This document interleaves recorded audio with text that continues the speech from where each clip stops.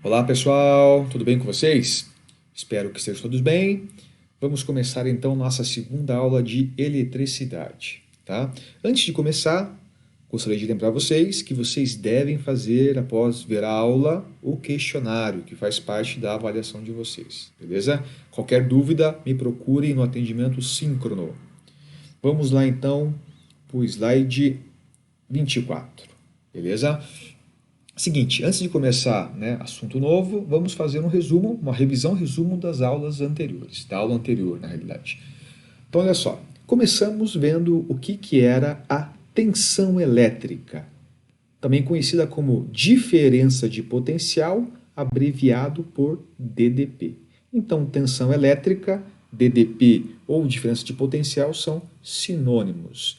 No popular, nós chamamos a tensão elétrica de voltagem, mas é o nome popular do cotidiano que na física não é muito bem visto, então tentem não utilizar, tá? Na física também, a tensão elétrica, ela é denominada, ela é representada pela letra U, beleza? Então a diferença de potencial é representada pela letra U, tá? Unidade de tensão elétrica.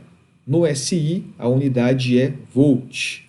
O símbolo é um V maiúsculo, volt, ou volts, né?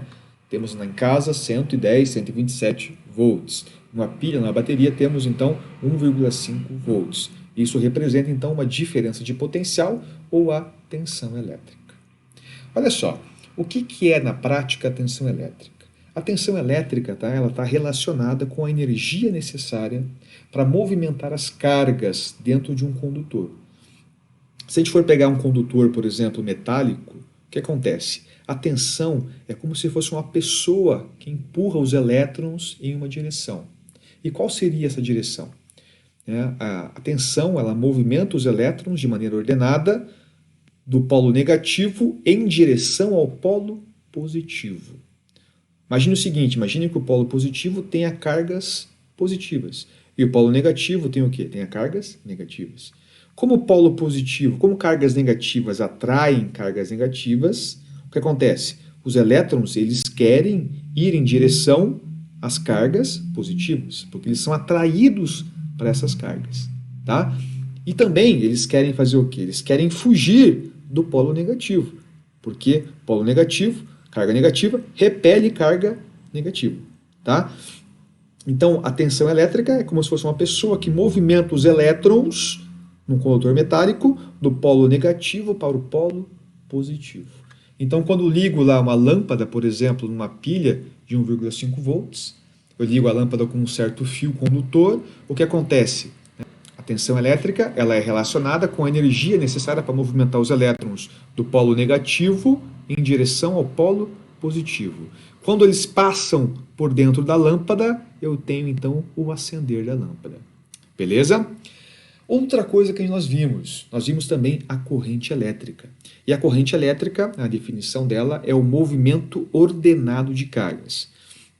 Lembrem o seguinte, que não é bem, o movimento não é totalmente ordenado, mas é um movimento que tem um sentido médio, que é o sentido aqui no caso de um condutor metálico, que é o sentido das cargas positivas. E também definimos o que seria a intensidade da corrente elétrica. Uma coisa é a corrente elétrica, que tem a definição, que é o movimento de cargas, e outra coisa é a intensidade da corrente elétrica, que é o valor que ela tem, tá? O valor da corrente elétrica é a carga que passa em uma região do condutor, tá? Sobre o tempo em que aquela carga demora para passar. Beleza? No SI, a unidade de corrente elétrica, então, é ampere, cujo símbolo é a letra A maiúscula, tá? E é representada a intensidade de corrente elétrica pela letra I. Beleza, galera? Então, resumo da nossa primeira aula. Olha só agora, slide 25. Tem uma coisa muito interessante sobre corrente elétrica. O que a gente viu até agora? Quando nós ligamos, então, um fio condutor nos polos de uma bateria, por exemplo, os elétrons se movimentam do polo negativo para o polo positivo. Esse é o sentido real do movimento dos elétrons, porque são eles que conduzem. Eles vão do polo negativo para o polo positivo. beleza? É o sentido, então, real de corrente elétrica em um condutor, beleza? Só que tem um porém, galera. A carga do elétron é uma carga negativa. E nos cálculos, tá, eu teria que sempre carregar esse sinal negativo da carga do elétron, o que dificulta um pouco o cálculo. Tá? O que o pessoal pensou então? Tem uma maneira de eu tirar essa carga negativa do elétron para facilitar os cálculos? Tem como eu fazer isso? Tá? E tem, beleza? É eu criando o sentido convencional da corrente. O que seria o sentido convencional? Eu vou esquecer que são os elétrons que conduzem a corrente elétrica.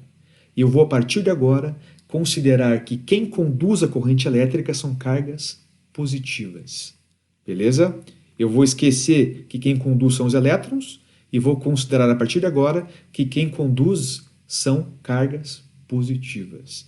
E as cargas positivas, elas se movimentam no sentido contrário dos elétrons. Por quê? Carga positiva, ela é repelida pelo polo positivo e ela é atraída para o polo negativo. Ela faz o movimento contrário. Beleza?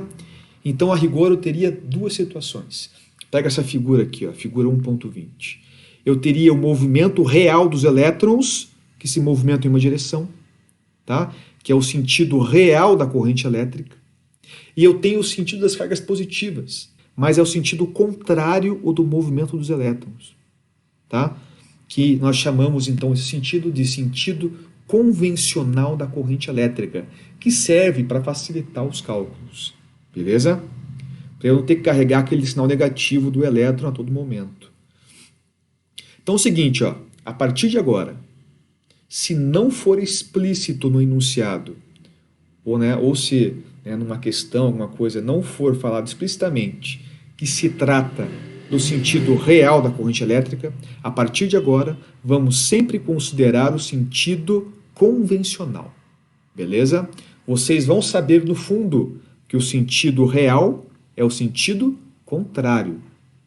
Mas vocês vão saber também que, por convenção, para facilitar os cálculos, nós consideramos o sentido convencional, que seria o sentido das cargas positivas.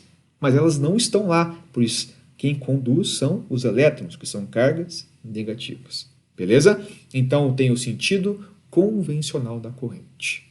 Fechou, galera? Vamos lá então. Slide 26. Também temos diferença entre correntes contínuas e correntes alternadas. Então, por exemplo, pilhas e baterias, assim por diante, elas produzem corrente contínuas.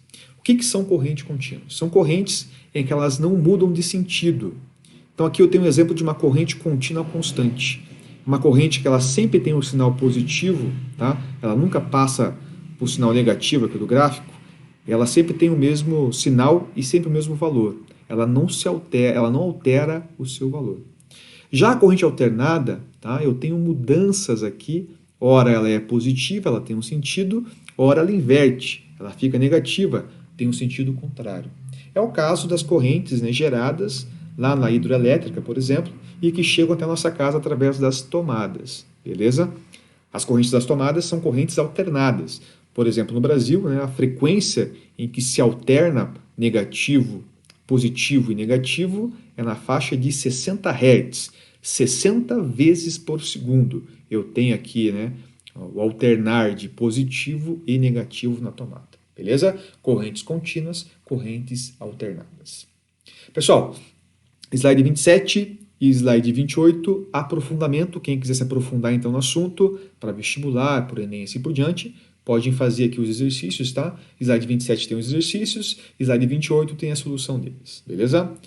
Slide 29. Pessoal, quando temos corrente elétrica no circuito, isso significa que temos movimento de elétrons de maneira ordenada. A gente viu isso na revisão. E isso, né, para que eu tenha isso, eu tenho que ter quem? Energia elétrica, que quem fornece de maneira indireta lá é a tensão. Beleza? Então quando eu tenho corrente elétrica, eu tenho o quê? Energia elétrica. Essa que é a ideia, corrente e energia. Eu tenho movimento, eu tenho energia elétrica. Beleza? Só que é o seguinte, uma pergunta, né? Professor, Quando os elétrons se movimentam em um circuito, tá? No fio, eles se movimentam totalmente livres ou eles encontram alguma resistência? E a resposta é sim, eles encontram resistências ao seu movimento. Um exemplo para isso é o seguinte: imagine que vocês entram no Berticulado, tá? Um Berticulado em Curitiba, e vocês estão na porta 1. E vocês querem descer na porta 4. Tá? Vocês são elétrons. E vocês querem descer na porta 4 rapidamente. Sei lá, em 5 segundos. Vocês têm que correr até a porta 4. Só que o ônibus está lotado. Está cheio de gente. O que vai acontecer? Você vai correr, bater em um, vai bater em outro, mas vai conseguir chegar na porta 4.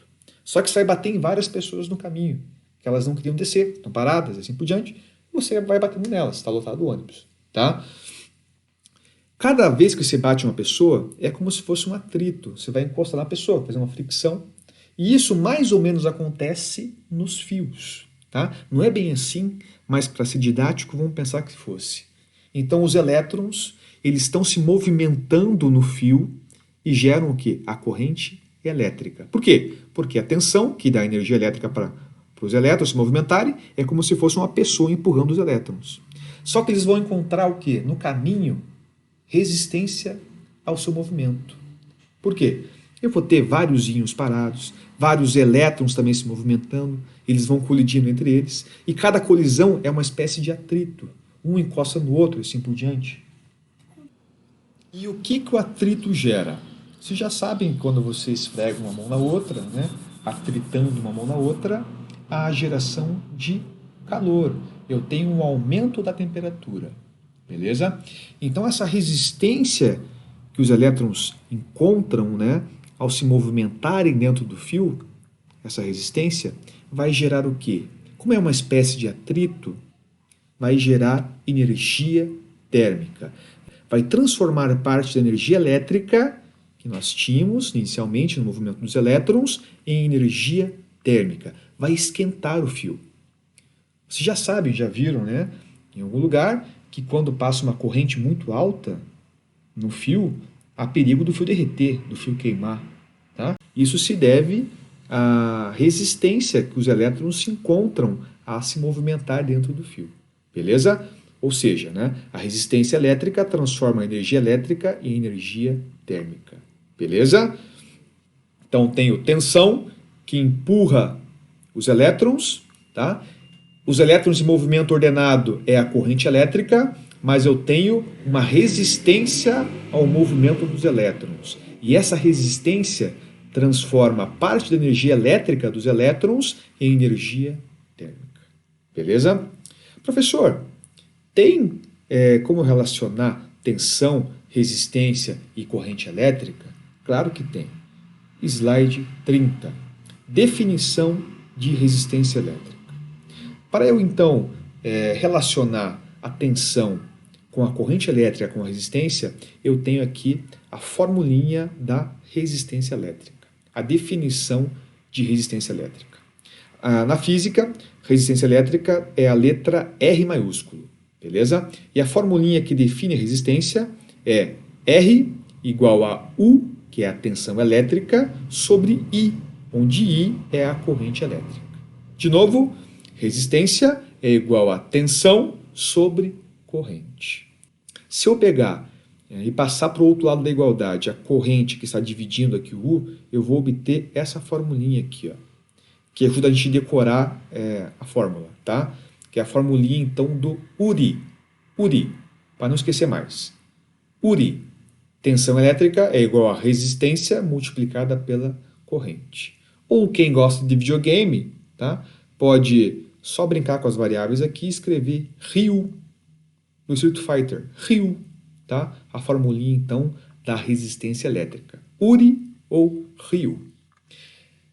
No SI, qual que é a unidade de resistência elétrica? No SI, a unidade é ohm, tá? Ohm, em homenagem a um físico lá que descobriu, então, que trabalhou com isso. Ohm. E a letra, né, o símbolo da resistência é a letra ômega, letra grega ômega, beleza? Slide 31. Seguinte, pessoal, nós temos dois tipos de condutores em relação à resistência. Uma primeira classe é onde a resistência ela é constante. Eu posso alterar a tensão, por exemplo, eu tinha lá um fio, ele estava numa tensão de 110 volts, eu alterei para 220 e a minha resistência do fio não foi alterada. Tá? Posso alterar a corrente e a resistência do fio também não se altera. Quando isso acontece, quando a minha resistência ela é constante, ela não muda com o aumentar da tensão ou da corrente, antes disso o condutor ele é ôhmico, tá? E obedece à primeira lei de Ohm. Primeira lei de Ohm. Um condutor ôhmico apresenta resistência constante quando submetido a tensão variável. Então, eu tenho condutores ôhmicos, que são condutores que apresentam a resistência constante, não se altera a resistência. No vestibular, como que cai isso, galera?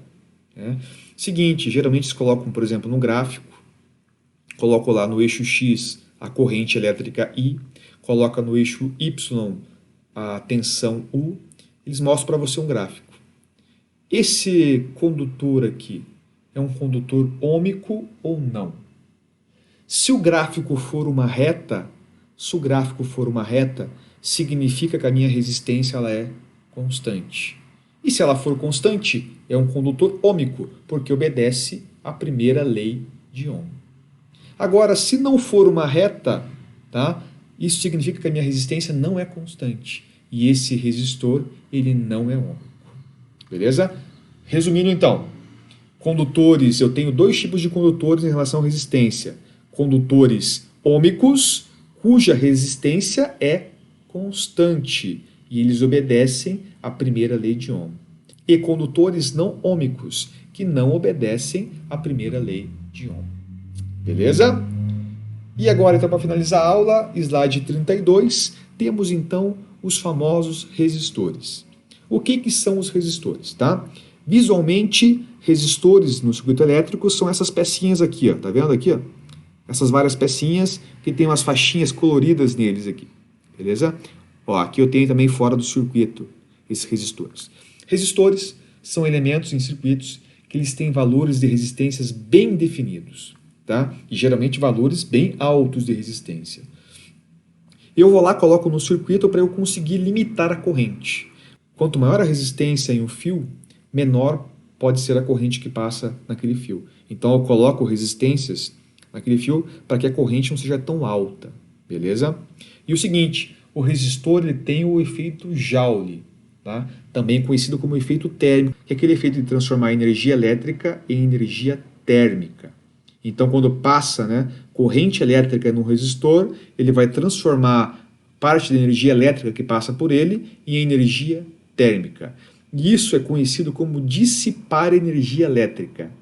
Aí eu perder energia elétrica, porque a energia térmica, quando ela aquece o material, dificilmente eu vou conseguir usar essa energia para uma outra coisa. Eu meio que perdi aquela energia. Tá? Por isso que é dissipar, perder. Seria uma perca de energia elétrica. Porque quando a energia elétrica passa, aquece o material, esse aquecer do material seria um perder de energia. Tá? Aonde acontece isso? Por exemplo, no chuveiro. Tá? No chuveiro eu tenho aqui o efeito Joule. Então, o que seria a resistência de um chuveiro? Seria um fio com uma resistência bem alta e na hora que passa uma corrente nesse fio, essa corrente, pelo efeito Joule, vai aquecer a minha resistência e vai ficar tão quente, que na hora que passa a água pelo chuveiro, esquenta o chuveiro. Beleza? É uma aplicação direta, então, do efeito Joule em resistores, na resistência elétrica. Beleza? Um outro exemplo seria na lâmpada incandescente. Aquelas lâmpadas antigas, Você tem um filamento, a corrente passa pelo filamento, aquece tanto que chega a acender. E quando você encosta naquele bulbo da lâmpada, você vê que está muito quente. Então, é um exemplo, então, do efeito Joule. Beleza, galera? Slide 33, 34, 35, tá? São exercícios de aprofundamento. Por favor, façam. Qualquer dúvida, estou à disposição. Beleza? Faça o seguinte, façam principalmente aqui o choque humano, que é um exemplo de quanto que a corrente pode ser alta ou não quando a gente coloca a mão numa tomada de 120 volts ou 220 volts. Beleza? Qualquer dúvida, falem comigo, atendimento síncrono. Pessoal, passar bem, ótima semana. Até mais.